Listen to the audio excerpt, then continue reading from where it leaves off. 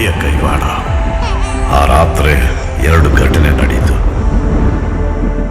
ಆ ಜಾಗನೂ ಹುಟ್ಟಿತು, ಅವನು ಹುಟ್ಟಿದ.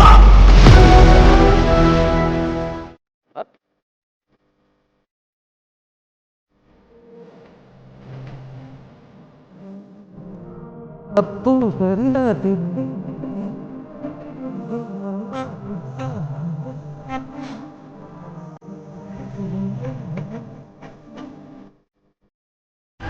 ಈ ಪ್ರಪಂಚದಲ್ಲಿರೋ ಬಂಗಾರನೆಲ್ಲ ನಿನಗ್ ತಂದು ಕೊಡ್ತೀನಮ್ಮ.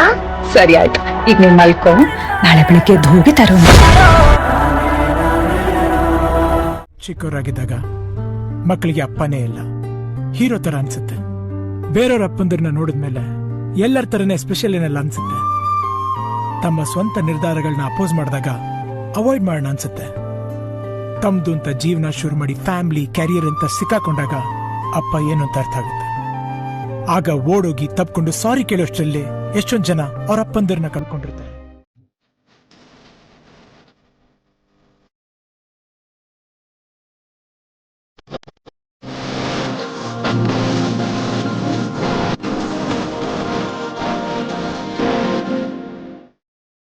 ರಾಮಾಚಾರಿ, ಮಾತಿನ ಮೇಲೆ ನಿಗಾ ಇರ್ಲಿ. ಕಷ್ಟ ಸುಖಕ್ಕಾಗೋದು ಸಂಬಂಧಿಕರೇ ಕಣೋ. ಕಷ್ಟ ಸುಖ ಅಂದಾಗ ಬರೋರು ಫ್ರೆಂಡ್ಸು. ಸಂಬಂಧಿಕರು ಸಂಪಾದನೆಗೆ ಬೆಲೆ ಕೊಡ್ತಾರೆ, ಸ್ನೇಹಿತರು ಸಂಬಂಧಕ್ಕೆ ಬೆಲೆ ಕೊಡ್ತಾರೆ. ಒಂದು ಸಲ ಫ್ರೆಂಡು ಅಂತ ಕರೆದ್ಮೇಲೆ ಅವನು ಒಳ್ಳೇದ್ ಮಾಡ್ಲಿ ಕೆಟ್ಟದ್ ಮಾಡ್ಲಿ ಫ್ರೆಂಡೇ. ಫ್ರೆಂಡ್ ಆದವನು ಬೆನ್ನಿಗೆ ಚೂರಿ ಹಾಕಿದ್ರು ಅವನ ಬಗ್ಗೆ ಎಲ್ಲೂ ಕೆಟ್ಟದ್ ಮಾತಾಡಬಾರ್ದು.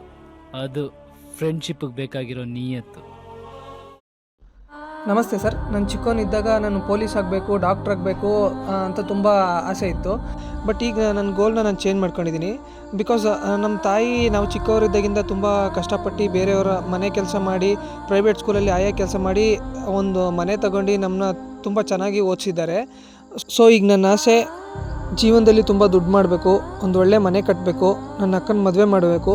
ನಾನಿರೋವರೆಗೂ ನಂಗೆ ಜನ್ಮ ಕೊಟ್ಟ ನನ್ನ ತಾಯಿ ಮತ್ತು ನನಗೋಸ್ಕರ ಜೀವ ಕೊಡೋ ನನ್ನ ಅಕ್ಕನ ತುಂಬ ಚೆನ್ನಾಗಿ ನೋಡ್ಕೋಬೇಕು ಅನ್ನೋದೇ ನನ್ನ ಆಸೆ. ಒಂದು ವೇಳೆ ಇವನಿವತ್ತು ಸತ್ರು ನನ್ನ ಮಾತನ್ನು ನೆರವೇರಿಸೋ ಯೋಗ್ಯತೆ ಇವನಿಗಿರಲಿಲ್ಲ ಅನ್ಕೊಂಡು ಮರ್ತು ಬಿಡ್ತೇನೆ. ಆದರೆ ಅವನಿರೋವರೆಗೂ ಈ ಮುಳ್ಳಿನ ಪ್ರಪಂಚದಲ್ಲಿ ನನ್ನ ಆಸೆ ನೆರವೇರಿಸೋ